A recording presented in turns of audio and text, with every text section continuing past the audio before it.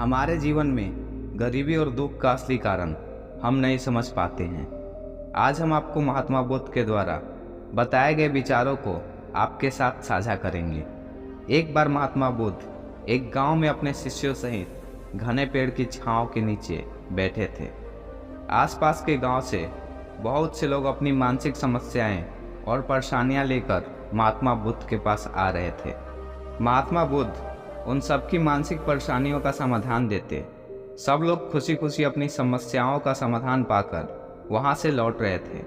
वहीं से कुछ दूर बैठा एक भिखारी लोगों को बुद्ध के पास जाते देख भिखारी अपने भाग्य को कोसता हुआ वह सोचने लगा। सारे लोग कुछ देर पहले तो ये लोग दुखी मन से मुंह लटकाए उन महात्मा के पास गए थे और वापस लौटते समय इतना खुश होकर कैसे वापस लौट रहे हैं। आखिर माजरा क्या है? जरा मैं भी जाकर देखूं कि वो महात्मा ऐसा कौन सा खजाना इन लोगों को बांट रहे हैं जो वे इतने प्रसन्न हुए कि उनके चेहरे लाल हो गए।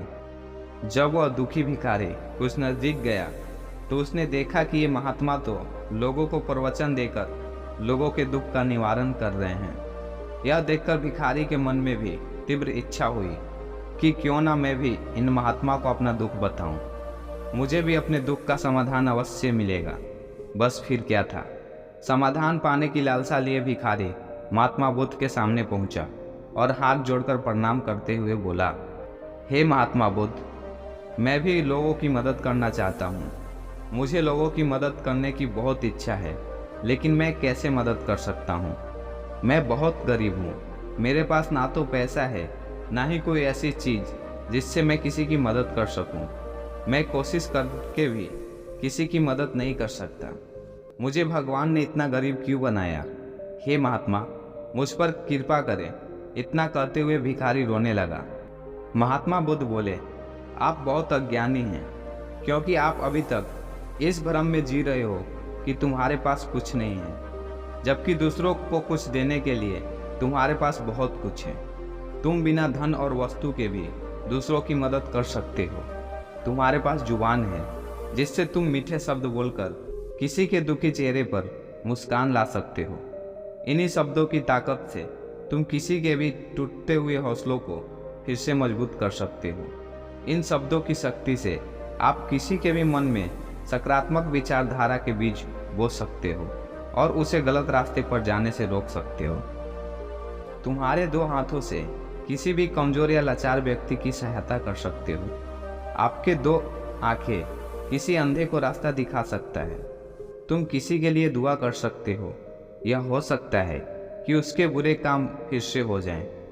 आप किसी के अच्छे स्वास्थ्य की कामना कर सकते हैं, लेकिन अज्ञानतावश तुम अब तक नहीं समझ पाए इस बात को और इस भ्रम में अब तक जी रहे हो कि तुम्हारे पास मदद करने के लिए कुछ भी नहीं है। किसी की मदद करने के लिए धन और वस्तु का होना अनिवार्य नहीं है।